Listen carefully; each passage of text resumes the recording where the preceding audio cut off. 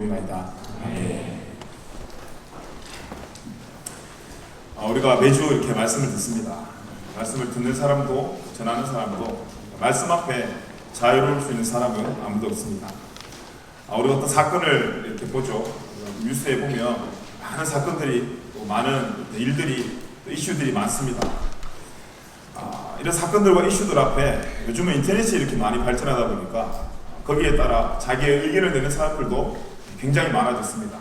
종교계 이야기든 사회의 어떤 이슈든 또는 이런 큼직한 일이 생길 때마다 유튜브를 보면 각자 자기의 의견들, 자기의 소견들을 이야기하는 그런 장면들이 있습니다.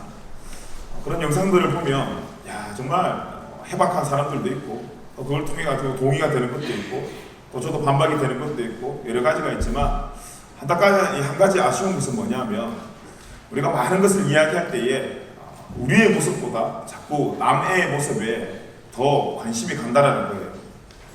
사회가 이러지 않았으면 좋겠고 또 사람들은 이러지 않았으면 좋겠는데 우리의 모습이 그렇지 않냐라는 어떤 질문 앞에 우리가 좀 소홀한 모습이 있지 않나 스스로 그런 마음이 좀 들었습니다. 우리가 그냥 세상을 사는 것 말고 신앙생활 하는 모습도 제 삶을 한번 가만히 돌아보니까 제가 말씀을 보고 들을 때에 어디에 관심이 많은가.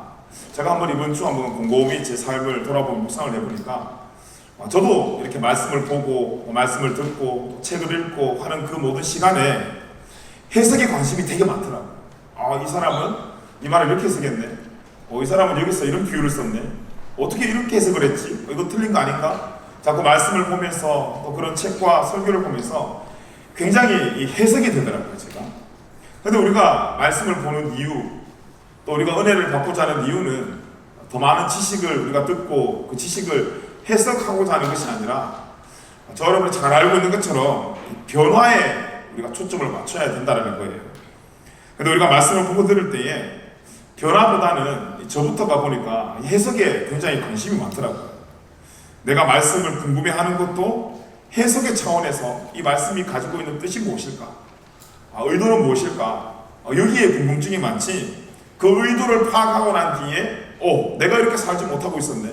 내가 이렇게 변해야 되는데 라는 것은 그 해석을 알아보고자 하는 마음보다 조금 부족한 그런 연약한 모습이 좀 발견이 되었습니다. 여러분, 말씀이 해석되지 않는다고 해서 복음이 되는 것은 아닙니다. 우리가 복음을 다 이해하지 못한다고 해서 그 복음의 능력이 없는 것도 아닙니다. 생각해 보니까 그 복음이 나를 변화시키지 못하면 그 복음은 더 이상 나에게는 복음이 아니더라고요.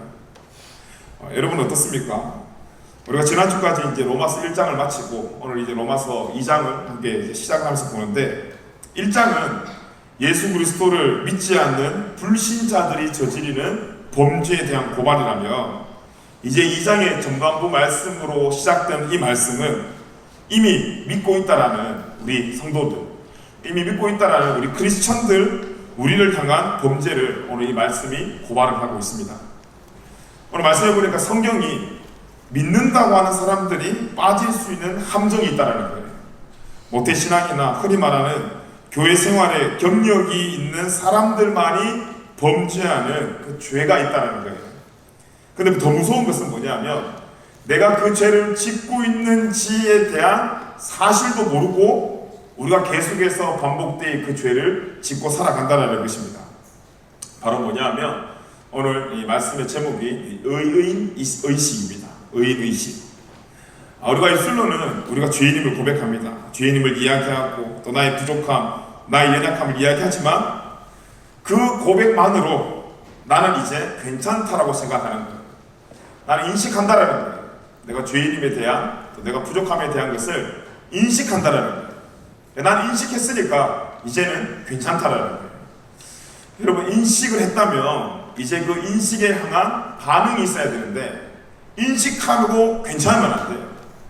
내가 지금 건강이 나쁘다는 것을 인식했어요. 내가 지금 뭔가 몸이 무겁다는 것을 인식했어요. 그러면 그 다음에 행동이 나와야 돼요. 인식했다고 해서 건강해지는 거 아닙니다. 인식했다고 해서 살이 빠지는 것도 아니에요. 인식했다고 해서 성적이 올라가는 게 아니에요. 인식이 출발입니다. 인식했으면 그 인식에 합당한 삶을 살아가야 되는데 인식한 거로 만족한다라는 거예요. 결국 이제 그 이후에 어떤 삶에 심각한 문제가 발생하냐면 말씀을 자신에게 적용하지 않는 범죄의 깊은 수렁에 빠지게 되는 거예요. 나는 인식을 했다라는 거예요.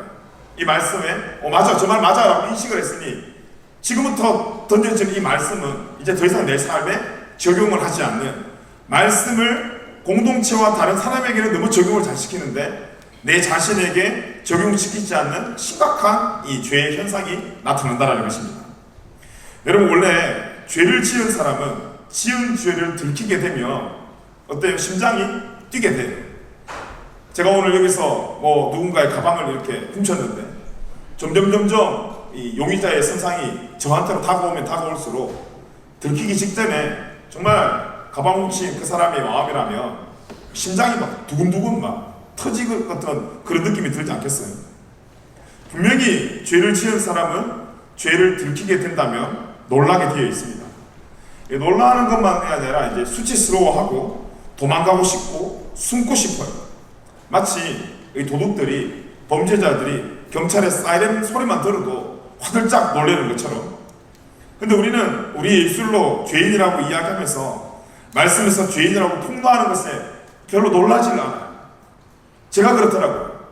말씀을 준비하면서 죄인이라는 단어를 쓰는데 이게 나를 향한 하나님의 폭로인데 여기에 제 감정에 별로 이렇게 심각한 제 마음속에 심장에 두근거림이 생기지 않더라고요.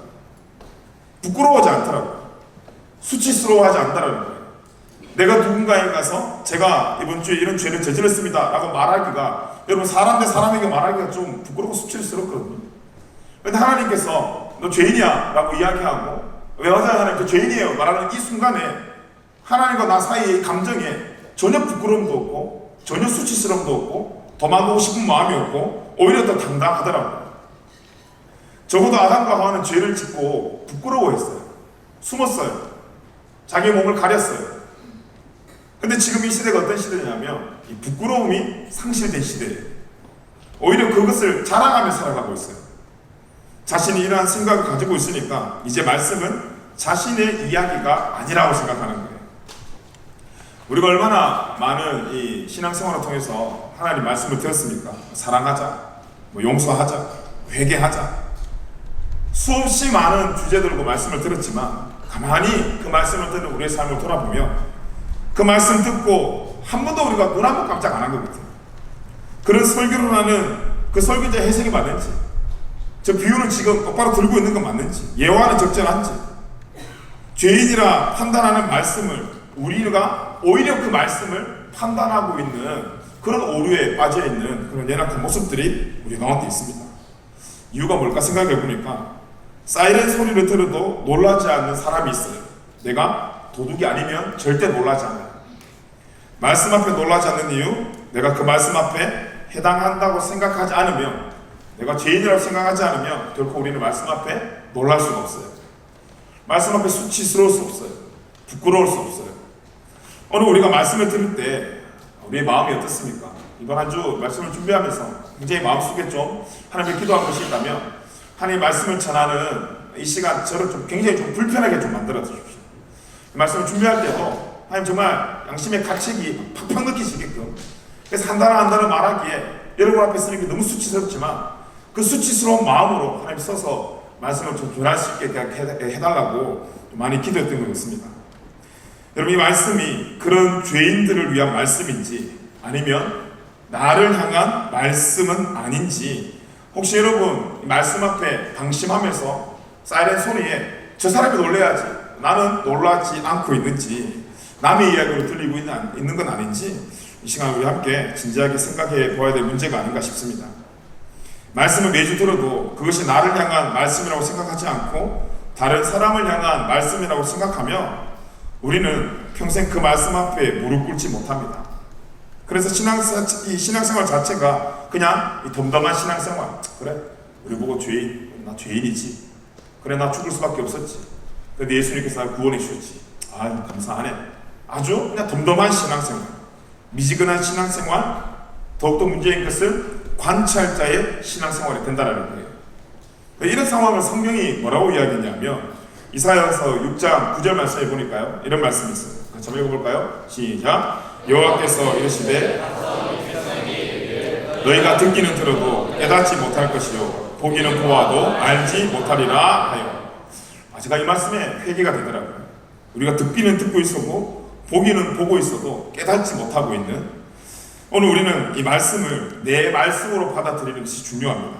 말씀을 들으면서 내 자신의 삶을 돌아봐야 되고 내 자신의 연약함과 부족함을 돌아보는 것이 오늘 정상적인 예배의 패턴이라는 거예요. 그래서 말씀을 듣고 여러분 다른 사람의 생각이 나면 안 됩니다. 사랑하라는 메시지를 듣고 내가 사랑 없이면 회복이 되어야지, 이 설교를 들으면서 막 주위를 둘러보면서 이 사람이 들어야 되는데 얘가 오늘 교회를 안 왔네 그런 마음을 가지면 안 된다는 거예요.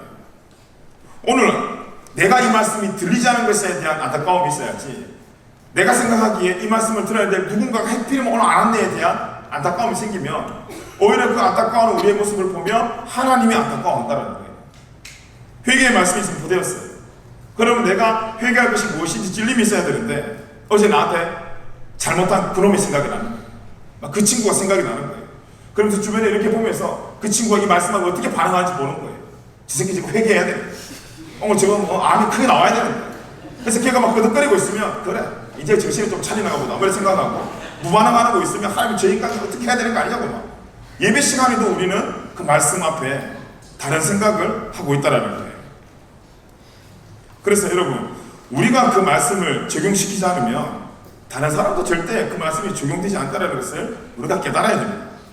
제가 어느 날 우리 와이프랑 이 부부를 위한 이 설교 아주 좋은 강의를 한번 들은 적이 있는데, 제 귀에는 어떤 강의만 들리냐면 아내는 이렇게 해야 돼 이 말만 들리는 거예요. 남편이 어떻게 해야 돼 그 말 할 때는 그걸 내가 들어야 되는 건데, 저는 이제 그 이야기 할 때 니 잘 들어 하면서 나가서 저는 뭐 간식 같은 거 가지고 오고, 그래서 저는 앉아 먹으면서 아내에 대한 이야기 할 때 계속 아내를 쳐다보는 거예요. 들었지. 제가 변화되어야 될 공간은 전혀 듣지도 않고 네가 변화되어야 될 공간만 계속 제가 강조를 하니까 그 아내가 변화가 되지 않고 변신이 되더라고요. 우리도 잘못되면 우리가 변화되지 않으면 변화를 기대하고 있는 그 사람이 여러분 변화가 아니라 변신된다는 거예요. 그래놓고 우리는 변신된 그녀를 바라보며 제 마음속에 화가 나더라고요. 아니 실컷 변화되라고 이 영상 보여줬더니 변신을 해? 라고 마음속에 이 영상도 제대로 파악하지 못한 자꾸 부정적인 생각이 드는 거예요. 여러분 이 말씀은, 오늘 이 말씀은 제가 또 전하고 있지만 전하고 있는 저도 저에게, 듣고 있는 여러분도 다른 사람이 보이는 것이 아니라 나를 향한, 나를 변화시키는 말씀이 되었을 때 이 말씀이 능력이 생기는 거지, 만약에 오늘 이 공동체에서 이 말씀을 자꾸 다른 사람에게만 접목시키고 다른 사람이 생각나면 절대 이 공동체는 변화되지 않습니다. 어떻게 된다고요? 변신해. 이상하게 돌연변이가 되어버린다는 거예요. 말씀이 들어오면 능력이 있어야 되는데 말씀 때문에 시험을 받아요. 말씀이 들어오면 위로가 있어야 되는데 오히려 말씀에 상처를 받는다는 거예요. 옆에 있는 사람은 걱정하지 마세요. 하나님이 변화시킬 거예요. 우리가 터치할 영역이 아니에요. 여러분이 열심히 이 사람들을 정죄한다고 변화시킬 것 같으면, 예수님이 말로 들을 것 같으면 뭐 한다고 십자가 못 박혀 돌아가셨겠어요? 하나하나 불러가지고는 말로 다 치유시키셨지. 우리 스스로가 예수님의 말로도 안 되는 사람들이에요. 근데 어떻게 우리 사람이, 인간의 말로 이런 사람을 변화시키겠어요? 근데 우리가 변화될 수 있는 방법은 내가 오늘 하나님 말씀 앞에 반응하는 거예요. 옆에 있는 사람이 지금 말씀에 반응하나 안 하나, 저것도 졸보인데 저거 안타까워 죽겠네, 그 생각하는 것이 아니라 내가 오늘 이 말씀에 반응할 때 이 공동체가 변화될 줄 믿습니다. 여러분 삶이 변화될 줄 믿습니다. 그래서 오늘 내가 반응하면 옆에 있는 사람도 분명히 반응하게 되어 있습니다. 예배 때 우리에게 임하는 가장 큰 복이 뭐냐 하면, 이 예배가 하나님이 나를 사랑하셔서 나에게 주신 기회고 은혜의 시간임을 내가 믿는 거예요. 그래서 우리가 찬양을 부르고 또 기도를 하면서 내가 은혜가 되고 말씀 앞에 나의 죄를 회개할 수 있는 마음이 생기는 것, 내가 말씀을 들으면 내 마음속에 깊은 찔림이 생기는 것, 이거 아직까지 내 영이 살아있다는 증거고, 살아있으니까 뭐예요? 이제 회복할 수 있는 은혜고, 이것이고 예배 때 누려야 될 복이에요. 저한테 설교 모델이 한 명 있습니다. 한국에 있는 많은 유명한 좋은 목사님들이 있지만, 말씀을 보면서 제가 나도 이런 설교자 되어야 되겠다라고 생각한 성경에 나오는 모델이 한 사람이 있습니다. 누구냐면 베드로예요. 베드로가 성격이 굉장히 급합니다. 설교도 보면 갑자기 사도행전에서 성령 받자마자 막 누가 시키지도 않았는데 앞에 나와가지고는 막 설교를 막 해요. 막 무슨 말인지도 모르는 말을 막 해요. 사도행전 2장을 한번 보면 베드로 설교가 나와 있는데 한번 읽어보세요. 무슨 말인지 하나도 모르겠어요. 근데 그 말을 막 했더니 갑자기 5,000명이 회개하면서 돌아와요. 우리가 상식상으로 생각할 때는 이해를 시키고 설득을 시켜도 그 사람들이 돌아올까 말까인데 베드로의 설교 안에는 이해 설득 없어요. 그냥 자기가 성령 받아서 주시는 은혜를 그냥 막 던지는 거예요. 근데 던진 그 메시지를 듣고 5,000명이 돌아와서 회개의 역사가 나타난다는 거예요. 사도행전에 유명한 두 명의 설교자가 나옵니다. 이 설교자들을 이 신학교 교수님들이 이 설교학 교수님들이 이 평가를 해봤어요. 이 설교가 몇 점짜리인지. 첫째 이제 2장에 베드로 설교가 나오니까 베드로 설교를 이 교수님들이 평가를 했는데 몇 점짜리 설교라고 나왔냐 하면 낙제 점수를 나왔대요. 낙제 점수. 빵점짜리 설교래요. 이 베드로의 설교가 그냥 설교학적 관점에서 보면 논리력도 없고 설득력도 없고 가마력도 없고 모든 내용들이 떨어진다라는 거예요. 근데 여러분 사도행전에 뜻밖의 탑 클래스의 평가를 받은 한 설교자가 나옵니다. 누구냐면 스데반이에요. 이 두 사람의 직책을 한번 보면 베드로는 사도예요. 스데반은 우리가 잘 아는 것처럼 이 집사에 가지고 있는 이 평신도란 말이에요. 사도행전 7장 가보면 이제 그 스데반 집사님의 설교를 우리가 볼 수 있는데 이 설교를 보면 굉장히 논리적이에요. 그 유대인들을 비판하고 말씀 앞에 잘못됐다는 것을 조목조목 따져가면서 굉장히 정말 논리와 설득력을 가지고 설교를 했습니다. 굉장히 좋은 구성력을 가지고 있어요. 그런데 이 두 사람의 설교의 결과를 한번 보면 베드로는 굉장히 투박적이고 세상의 관점에서 굉장히 부족한 그런 설교였지만 그냥 집어 던지기 완전 뭐 인정사정 없고 친절이라고 볼 수 없는 막 그냥 집어 던지기 식의 설교였는데 그 설교를 듣고 남자만 3,000명이 돌아왔어요. 근데 스데반 집사님의 이 설교를 보면 아주 논리적으로 설교를 너무 잘했는데 그 설교 듣고 난 뒤에 몇 명이 돌아왔나. 돌아왔기는커녕 그 설교 끝나자마자 청중들한테 돌 맞아 죽었어요. 자, 제가 이 말씀을 드리는 것은 누구 설교가 좋고 안 좋고를 이야기하는 것이 아니라 이 부분에서 이 송태경 목사님이라는 목사님이 이 사도행전 이 강해라는 것을 보면 이 부분을 해석을 해놓았는데 이런 부분에 이렇게 설명을 해놨더라고요. 여기서 성경 기자가 말하고 싶은 초점이 있다는 거예요. 우리가 생각할 때는 아주 논리적이고 설득력이 있고 가마력이 있는 그 설교야지만이 인간의 마음을 변화시킬 수 있을 거라 생각하지만 설교라는 것은 인간의 설득력과 논리력과 가마력의 결과가 있다는 것이 아니라는 거예요.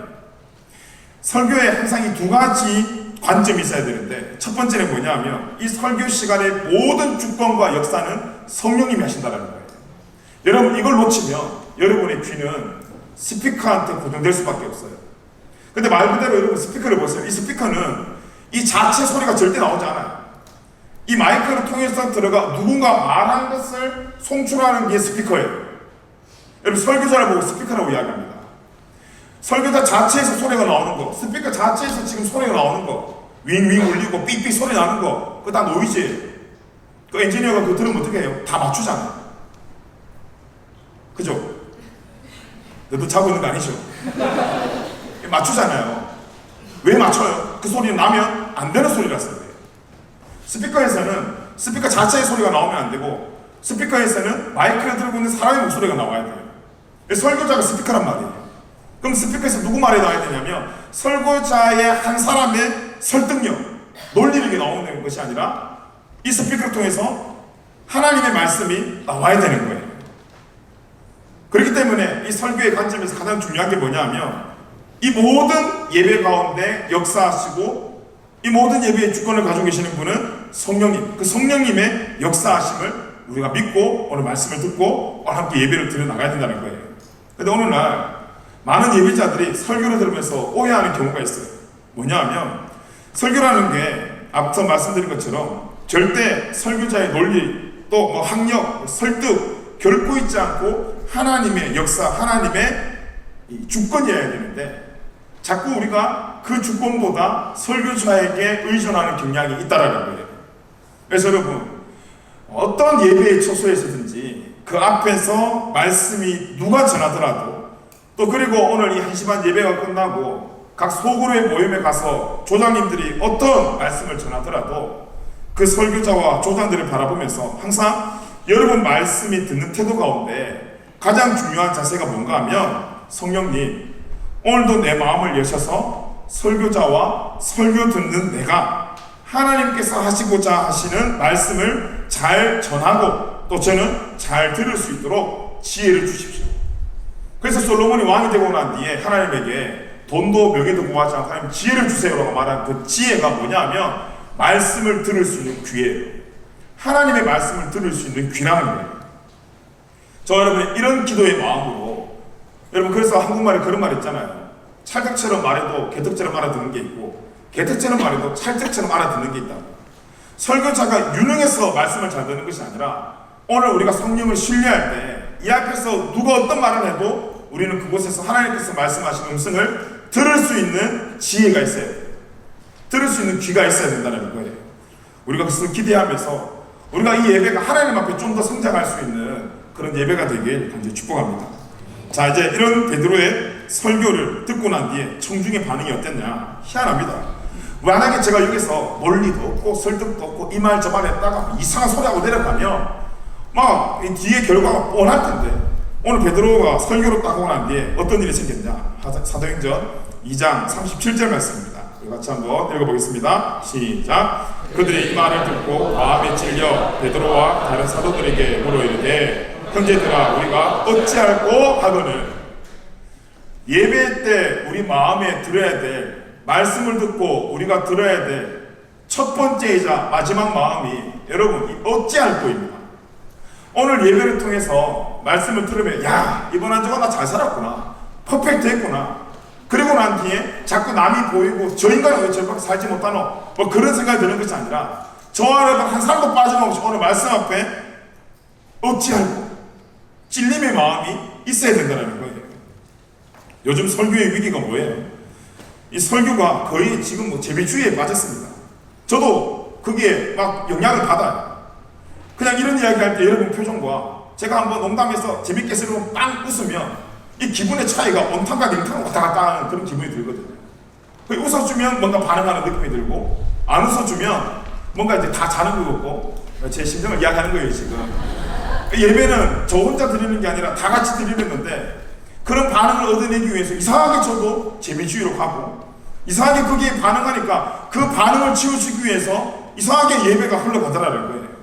여러분 이거 생각해보면 굉장히 교회의 큰 위기입니다. 여러분이 좋아하는 설교자들 한번 잘 생각해보세요. 왜 좋아하는지. 재밌어서 혹은 쉬워서. 여러분 회개하고 돌이키는 거, 다시 말해서 나를 향한 하나님의 심정을 정확하게 딜리버리 해주는 게 설교예요. 딜리버리 해주는 게. 근데 요즘 배달 사고가 너무 많이 나요. 저도 곧 이거 정신 안 차리면 배달 사고 날 것 같아요. 항상 20년 전에 기독교 역사를 보면 기독교의 타락이 여러분 다른 곳에서 나오지 않았습니다. 강단에서부터 시작이 되었어요. 왜냐하면 한 사람이 진리로 둔갑해서 이상한 말 해버리면 그 이상한 말이 교회의 진리가 돼버리고 성도들의 사명이 돼버려요.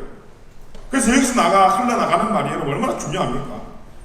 복음이 선명하게 전해지지 못하고 계속 재미주의에 빠지는 거예요. 오늘 우리가 어떻습니까? 혹시 우리 교회가, 혹시 여러분 신앙이 그렇게 가고 있지 않습니까? 그래서 무슨 집회할 때마다 그 집회에 사람 많이 모을 수 있는 스타 목사들 찾고 가마력과 설득력 있는 학벌이 있는 그런 목사 찾아서 우리 교회에 부흥 한번 시켜보려고, 우리 교회 대형교회 한번 시켜보려고 그렇게 세상 사람들이 찾는 사람들 여러분 교회에서도 찾고 있지 않습니까? 그러다 보니까 신학을 공부하는 많은 신학도들이 하나님이 찾는 사람이 되고자 하는 것이 아니라 세상이 찾는 사람이 되고 싶어 하는 거예요. 여러분 그들에게만 잘못이 있는 게 아닙니다. 만약에 성도가 죽도록 기도하는 사역자 찾아내기 시작하면 신학교에서 공부하는 사역자들 외국 아무도 안 갈 것 같아요. 다 기도원에 들어가서 기도하고 다 어쨌든 은혜 한번 받아보려고 노력할 것 같아요. 근데 교회에서 그런 사역자 안 찾아요. 교회에서 그런 신학생을 찾지 않아요. 성도가 그런 신학생을 원치 않아요. 여러분 특히 서울에 한번 가보세요. 강남 이 지역에 가면 웬만한 그냥 초짜 목사님들도 다 유학 경험 다 했어요. 이력서부터 탈락이에요. 그러니까 정말 기도해야 되고 하나님 만나야 될 그 시간에 신학생들도 뭐 하냐 하면 세상에 스펙 사는 것처럼 똑같이 사는 거예요. 위기 아닙니까 이거? 적어도 교회는 세상에 찾는 사람이 아니라 하나님이 찾는 사람이어야 되지 않겠어요? 이제 여러분 여기서 이제 결혼하고 다 집사가 되고 나중에 장로님 되고 권사님 될 텐데, 여러분 교회에 유명한 뭐 미국에서 수석했다고 그분 오신다고 교회 부흥되는 거 아닙니다. 말 그대로 스피커에서 놓이지 않는 사역자면 하나님 그곳에 역사하세요. 여러분들이 좋은 이제 장로님들, 좋은 교회 리더십 때거든. 교회 목회자를 뽑을 때 여러분 기준을 하나님 기준에 좀 채웠으면 좋겠어요. 저도 제 후배들 공부하는 거 이렇게 보고 경험 쌓으려고 막 외국 나가는 거 보면 안타까워 죽겠어요. 그 마음속에 구원의 확신도 없는 신앙생도 많아요, 여러분. 그러다 보면 이 앞에서 있는 이 자리가 직장이 되어버린다. 여러분 끔찍하지 않습니까? 여러분의 후배들이, 여러분의 아들, 딸들이 직업으로 하고 있는 이 성직자들 앞에 같이 신앙생활하는 모습을 보면 여기는 더 이상 교회가 되지 않고 회사가 되는 거예요. 끔찍하지 않아요? 사랑이 있어야 될 곳에 동력자가 아니고 경쟁자가 있고, 정말 그곳에 정말 시기와 질투가 넘쳐나는 이곳에서 사랑을 선포한다는 게 여러분 너무 끔찍하지 않습니까? 그래서 우리가 세상이 원하는 사람을 찾는 것 자체가 뭐예요? 우상 섬기는 거예요. 금송아지 만들어 놓는 거예요. 그래서 실컷 찾아놨더니 그 목회자의 실수 보이며 예수를 안 믿는다니, 교회를 떠난다니, 결국은 뭐 받는 거예요? 하나님을 본 게 아니라 내가 세운 금송아지 본 거예요. 금송아지 넘어지니까 내가 넘어지는 건다는 거예요. 혹시 우리 청년의 때에 하나님 이외에 다른 금송아지 있다면 오늘 결단하면 그 금송아지 다 무너뜨리는 은혜가 있길 간절히 축복합니다. 말씀을 듣는 우리는 여러분 딴 게 아니라 죄인임을 고백하는 이 찔림이 있어야 돼요. 사이렌이 울면 우리에게 화들짝 놀라는 게 있어야 돼요. 말씀을 주는 이유가 바로 그거예요. 말씀을 주는 이유가 다른 것이 아니라 우리가 죄인임을 깨닫게 하기 위해서 하나님께서 말씀을 주셨다는 거예요. 그리고 난 뒤에 사람에게 대안이 없음을 알려주기 위해셨어요. 그렇기 때문에 저도 그렇고 여러분도 그렇고 한 사람도 절대 말씀 앞에 자유로운 사람이 없습니다. 그렇기 때문에 아파해야 돼요. 아픈 게 여러분 비정상이 아니에요. 어떤 청년은 보니까 옆에 있는 청년은 한 주로 살고 왔는데 너무 평안해 보이고 나는 막 피투성인데 이 피투성이를 들춰내지 못하는 거, 여러분 그게 더 이상한 거예요. 당연히 세상에 많은 유혹과 시험들이 한 주간 우리를 공격했는데 피투성이가 되지 않는다는 것은 그게 이상한 거 아니겠습니까? 그래서 우리에게 이 찔림이 있어야 돼요. 말씀의 칼이 내 상처를 들이댈 때에 이 찔림과 고통이 우리에게 꼭 필요합니다. 그리고 우리는 그 고통을 참으면서 이 상처를 치료해 나가야 돼요. 그런데 상처에 칼 드는 것을 아파서 계속 괜찮다. 또 옆에 있는 사람한테도 그런 괜찮다 말만 듣고 싶어 한다면 여러분 괜찮기는 뭐가 괜찮아요? 안 괜찮잖아요. 그 상처를 계속 방치해 두면 오히려 그 부위가 여러분 더 심각한 상황에 나타날 수가 있다는 거예요. 그리고 시간이 지나서 그 부위에 고통이 생기지 않았다. 그럼 그 부위에 신경이 이미 죽었다는 거예요. 그래서 예배 후에 여러분이 은혜를 받았다라는 말에 이유를 한번 찍어서 잘 묵상해 보세요. 내가 왜 은혜를 받았는가? 혹시 오늘 설교가 내 생각하고 똑같구나. 야 그래 나도 저렇게 생각했는데. 혹시 듣기가 좋았고 재미가 있네. 여러분 이건 은혜를 받은 게 아니에요. 정말 은혜를 받았다면 오늘 37절의 말씀처럼 어찌할까? 이야 이거 큰일 났네 진짜. 나 괜찮다고 생각했는데 말씀 보니까 와 이거 장난이 아니네 진짜. 큰일 났네 이거 나 어떡하지? 아에 대한 찔림이 있어야 돼요. 그래서 우리가 어떻게 해야 될까? 찬양을 하며 애통하는 마음을 가지고 신음과 같은 고백으로 이 자리에 서지 않으면 오늘 이 설교는 여러분 설교가 아니라 강의가 될 수밖에 없는 거 아니겠어요? 그러다 보니까 많은 설교자들이 어떤 유혹이 드냐 하면 청중들이, 성도들이, 청년들이 무엇을 필요로 하는가, 이 공동체가 원하는 것은 무엇인가를 고민하기 시작하더라는 거예요. 저도 근데 이 설교는 결국 망할 수밖에 없어요. 저도 이렇게 신방을 하다 보면 신방을 할 때 저도 어떻게 하면 칭찬받고 어떻게 하면 제 인지도가 올라가는 방법은 잘 알고 있어요. 근데 희한하게 그 신방을 나가며 기도하며 준비할 때마다 하나님 저한테 주시는 마음들은 네가 할 말 말고 네 하고 싶은 말 말고 내 말을 해야 되는데 여러분 잘 알다시피 하나님의 말은 들어보면 다 이상한 거예요. 잘못 들으면 그 청년도 다 상처받을 이야기고, 잘못 들으면 어떻게 전도사님까지 저한테 이런 말씀하세요. 서슴하게 드릴 말씀들이에요. 얼마나 저도 그 중간에서 힘든 싸움이 있는지 몰라요. 오늘 이야기 잘하고 누군가가 나한테 만나서 너무 위로가 됐고 너무 좋았어요 라고 카톡 오면 저도 얼마나 기분이 좋아요. 근데 저 이때까지 신방하고 카톡 받은 적 거의 없는 것 같아요. 생각해보면 내가 걔라도 섭섭할 것 같아요. 니라도 내한테 와서 칭찬해주고 니라도 내한테 와서 격려해줘야지. 어떻게 네가 나한테 와서 이렇게 찌르는 말을 할 수 있고 네가 어떻게 내한테 와서 이렇게 심한 말을 할 수가 있냐. 그 마음 저도 들끄는 것 같아요. 근데 주신 하나님의 그 다음 마음이 뭐냐 하면 뒤에 들켜서 쪽팔리는 것보다 차라리 지금 욕먹고 나중에 기억되는 사람이 나는 게 좋다라는 그 마음이 들어요. 옛날에 저도 그랬어요. 학교 다닐 때 학창 시절 다닐 때 저한테 그냥 칭찬해줬던 선생님들은 이름도 생각이 안 나요. 근데 저 엄청 괴롭히고 맨날 뭐 조금만 잘못하면 불러가지고 혼냈던 선생님은 지금도 기억이 나요. 지금도. 근데 지금도 연락도 하고. 저도 그렇게 그런 마음이 들거든요. 그냥 이 시간에 얘한테 마치지 놔주는 사람보다 나중에 그냥 기억되는 사람이 되었으면 좋겠다. 그렇게 위로하면서 요즘도 기도하면서 신방을 준비하는데, 여러분 잘 한 청년사회 이렇게 오래 하다 보니까 그 불편함이 당장은 아픈데 치료는 생각해보면 앞으로부터 시작이 돼요. 지나고 나면 그 아파하는 청년은 치료가 돼요. 근데 그 아픔을 계속 숨기는 청년들은 치료가 되진 않아요. 오히려 더 큰 병이 생기더라고요. 여러분 혹시 여러분의 조장들이, 리더들이 여러분 만나서 찔림의 말을 하거나 섭섭한 마음이 생기는 건 어쩔 수 없지만, 여러분 한 번 더 생각해보면 여러분이 찔릴 수 있는 그 부분들을 찔러주는 그 조장이 여러분을 살려주는 조장이에요. 여러분을 살려주는 리더예요. 그냥 사람의 마음으로 섭섭하지 말고 기도하면서 여러분 아파하는 것을 감사해야 돼요. 내가 아직까지 이 부분이 아프구나.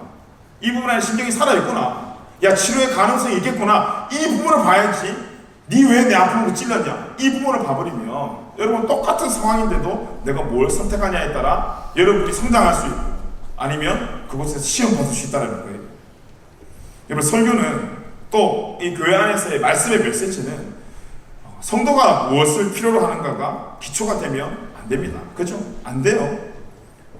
우리 기독교가, 이 강단이, 또 교회가 세상의 유행, 대세, 흔히 말해서 시장성을 생각한다면 여러분 그게 말이 됩니까? 시장성을 본다는 그 자체가 세상에 흘러가는 유행을 보는 건데, 세상에 흘러가는 대세를 본다는 건데, 여러분 역사를 한번 보세요. 대중과 대세가 오란떡적이 있어요. 대중들은 십자가를 보고 예수님 못 봐라고 했어요. 이것이 대중의 소리였어요. 이것이 대세였어요. 하나님이 이 고통 가득한 세상에, 하나님이 이 고통 많은 우리의 삶에 무엇을 말씀하고 싶어 하시는가? 오늘 이 시간을 와서 그냥 워킹 오셨으니까 여러분 힘내세요. 유학 오셨으니까 힘내세요. 주님이 함께 하실 것입니다. 이 말 듣고 우리가 끝나는 게 아니라 정말 고통과 고민이 가득한 내 삶 가운데 하나님 무슨 말씀하시길 원하시는가? 여기서부터 제 설교도 시작돼야 되고 여러분의 예배도, 저희 예배가 시작돼야 되지 않겠습니까? 여러분 그렇게 준비할 수 있도록 여러분이 저를 위해서 기도해 주시고 도와주시고, 또 여러분도 그런 리더가 될 수 있도록 우리가 함께 예수 잘 믿는 공동체 만들어가는 은혜가 있기를 간절히 축복합니다. 그래서 매주 예배 때 저와 여러분이 말씀 앞에 자존심 상하지 않았으면 좋겠어요. 찔리지만 상처받는 것이 아니라 어찌할까? 그 거룩한 찔림 앞에 회개하며 회복하는 은혜가 있었으면 좋겠어요. 자, 오늘 이 사도행전의 2장의 끝절의 말씀 한번 보세요. 그 찔리는 청중의 반응에 대해서 베드로가 뭘 이야기하는가? 찔러놓고 뭘 이야기했는가? 38절 사도행전 2장 같이 한번 읽어보겠습니다. 시작. 베드로가 이르되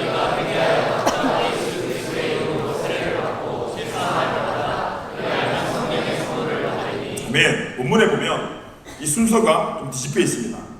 죄사함을 받으니, 다시 말해서 구원을 받았으니 회개하라라고 되어 있어요. 이 말이 왜 맞냐? 시체가 있어요. 죽은 사람이 있어요. 자, 너 저기까지 갔다 오면 내가 살려줄게. 이 말이 돼요, 안 돼요? 회개하면 구원을 받는다? 똑같은 말이에요. 죽었는데 어떻게 회개를 해요? 사실은 뭐냐 하면 살려놓고 회개하라는 거예요. 살려놓았으니, 내가 너한테 구원을 줬으니까, 너 이제 죄사함을 받았으니까 너 뭐 하라는 거예요? 회개하라는 거예요. 그래서 여러분 회개는 누가 합니까? 구원받은 자가 회개하는 거예요. 회개하면 구원받는 게 아니라 구원받은 자가 할 수 있는 것이 회개라는 거예요. 그래서 여러분, 회개는 조건이 아닙니다. 예수 믿는 사람들 중에 신앙 경력이 있는 사람은 회개를 하고, 아직 신앙 경력이 없는 사람은 회개 안 해도 되는, 회개가 조건이 아니라 모든 예수 믿는 사람의 성도와 예배자의 첫 번째는 회개예요. 구원받은 자의 필수적인 삶의 열매가 이 회개라는 거예요. 이런 참된 회개가 아직 우리의 삶의 열매로 나타나지 않았다면 지금 우리는 구원에 문제가 있다거나 다시 한번 우리 신앙을 심각하게 묵상하고 기도해야 됩니다. 내가 정말 회개가 있었던가, 십자가 앞에 내가 정말 정면 승부하는 그런 회개의 시간들이 있었던가. 그래서 구원받은 사람은 반드시 이 회개가 나와야 됩니다. 좀 더 쉽게 이야기하면 오늘 이 예배에 저와 여러분은 무조건 회개로부터 이 예배가 시작돼야 됩니다. 회개하면 구원받는 것이 아니라 구원받았기 때문에 우리는 회개하는 거예요. 그래서 오늘 모든 말씀은 결국 저와 여러분이 회개할 수 있는 문을 열어주는 거예요. 그렇게 회개한 초대교회 성도들, 자, 이 사도행전에서 베드로의 설교를 듣고 찔림이 있어요. 어찌할까 하다가 베드로가 회개를 선포했고, 그렇게 회개를 한 이 성도들의 반응이 오늘 마지막 2장 결론 부분에 있어요. 사도행전 2장 43절에서 47절입니다. 우리 같이 읽어보겠습니다. 시작. 두려워하는데 사도들로 말미암아 기사와 표적이 많이 나타나니 믿는 사람이 다 함께해서 모든 물건을 서로 통용하고 또 재산과 소유를 팔아 각 사람의 필요를 따라 나눠주며 날마다 마음을 같이하여 성전에 모이기를 힘쓰고 집에서 떡을 떼며 기쁨과 순전한 마음으로 음식을 먹고 하나님을 찬미하며 백성에게 칭송을 받으니 주께서 구원받은 사람을 날마다 더하게 하시니라. 아멘. 한국교회가 그토록 원하는 부흥이에요. 근데 부흥은 설득력 있고 실력 좋은 사람이 와서 그 안에 붐을 일으켜가지고 사람들이 모이는 게 붐이 아니라 오히려 회개하는 사람들의 마음속에 회개하는 공동체에 열어지는 하나님께서 주시는 선물이 바로 이 부흥이라는 거예요. 회개하는 공동체, 매일 우리의 죄를 씻고 아픈 부분들을 하나님께 드러내고 하나님께 회복의 공동체로 변화받는 모습이 오늘 이 사도행전 초대교회의 모습이었어요. 모든 기쁨과 삶의 더함이 뭐로부터 시작되었냐면 찔림이에요. 회개로부터 시작이 됐어요. 여러분, 오늘 이 말씀 시간에 어떤 한 문장, 한 단어에 우리가 동의하고 감동받지 말고 모든 말씀 앞에 나의 죄인됨을 고백하고 진심으로 하나님, 이 부분이 제가 고쳐야 되는 부분이네요. 옆에 있는 저 형제, 저 자매가 아니라 어제 날 괴롭힌 걔가 들어야 될 말이 아니라 하나님, 제가 듣고 제가 변화돼야 되고 제가 고쳐야 될 말씀이네요. 주님, 저를 좀 고쳐주십시오. 주님, 이런 생각하고 있는 이 생각, 하나님의 생각에서 이탈되어 있는 제 마음을 주님 좀 고쳐주십시오. 새롭게 좀 해주십시오. 믿음으로 고백하는 진정한 회복의 예배가 있는 우리 공동체와 우리 각자의 삶이 되길 간절히 축복합니다. 오늘 내가 회개하는 거 여러분 부끄러운 거 아니에요.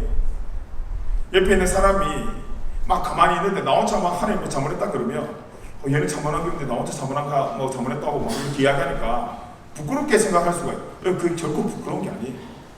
오히려 회개하지 못하는 내 모습이 여러분은 알걸요. 더 부끄러운 모습이에요. 내가 회개한다는 마음 생겼다라는 거 아직까지 우리가 살아있다는 증거입니다. 의사 앞에서 자기 상태 숨기면 안 되죠. 오히려 덧납니다. 오늘 우리가 하나님 앞에 숨기면 오히려 덧나게 되어 있습니다. 오늘이라는 기회를 낭비하지 말고 믿음으로 하나님께 나아가는 저와 여러분 삶이 되길 간절히 축복합니다. 우리 마지막으로 마태복음 11장 28절 말씀 한번 보겠습니다. 한번 읽어볼까요? 시작. 수고하고 무거운 짐진 자들아 다 내게로 오라. 내가 너를 쉬게 하리라. 아멘. 여러분, 여기 보시면 수고하고 무거운 짐진 자들아 다 내게로 오라라고 되어 있어요. 여러분, 우리가 신앙생활에 혼란하고 착각하고 있는 부분이 하나가 있습니다. 뭐냐 하면 동작과 전진이 같다라고 생각하는 거예요. 움직이는 거라고 생각하는 거예요. 그런데 여러분, 동작과 전진이라는 말은 전혀 다른 말이에요. 우리 그림 한번 보여줄까요? 우리가 어릴 때 저기 놀이동산이나 쇼핑센터에 가면 이런 자동차 있어요. 아주 막 멋있게 생겼잖아요. 저기 안에다가 이제 이불자리를 넣으면 1분을 탈 수 있어요. 비싸죠, 이게 좀. 생각해보니까 좀 비싸네요. 2분을 넣으면 1분을 탈 수 있어요. 근데 1분 동안 얼마나 열심히 막 노래를 하면서 움직이지는 몰라요. 근데 1분이 끝나고 난 뒤에 저 자동차가 섰을 때 저 자동차가 몇 미터 전진했을까요? 1cm도 전진 안 했어요. 그 자리에 있어요.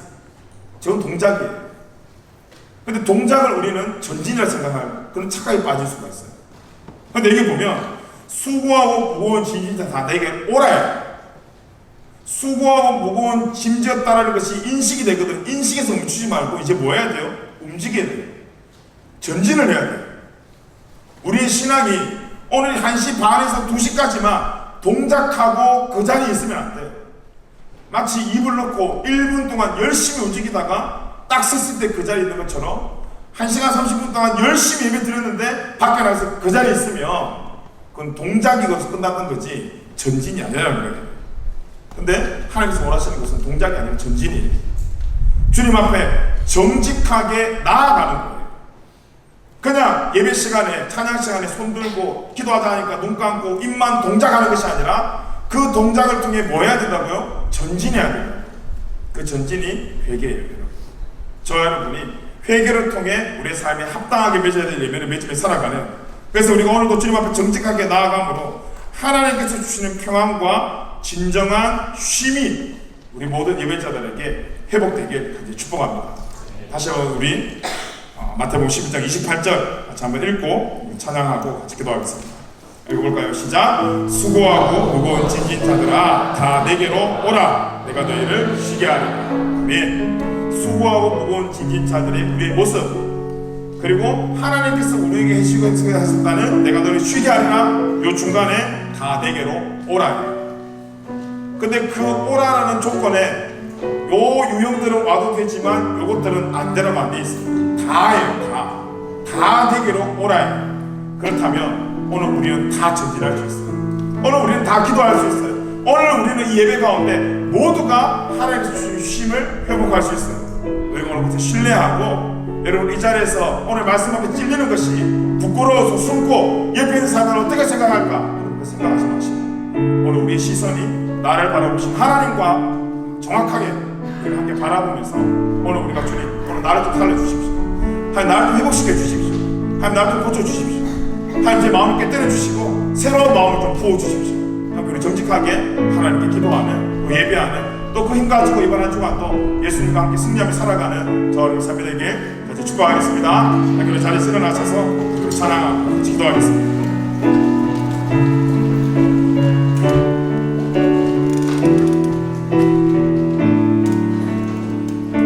찬양하겠습니다. 나의 백성이 다 겸비하며, 나의 백성이 다 겸비하여 내게 기도하며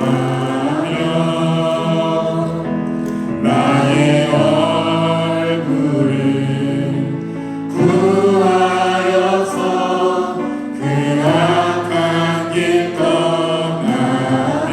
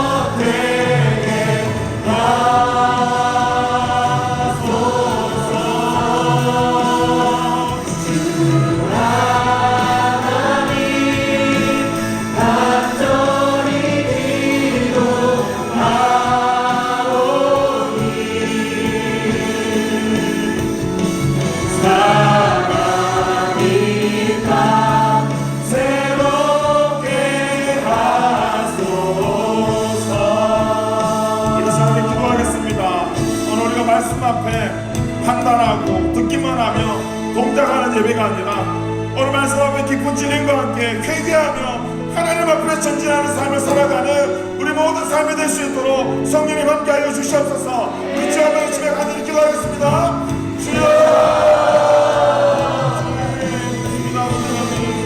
주여 동작하는 것이 아니지만 그냥 하나님 앞에 전진하며 주님 나갈 수 있는 제를 주시옵소서. 성령님 함께하여 주시옵소서.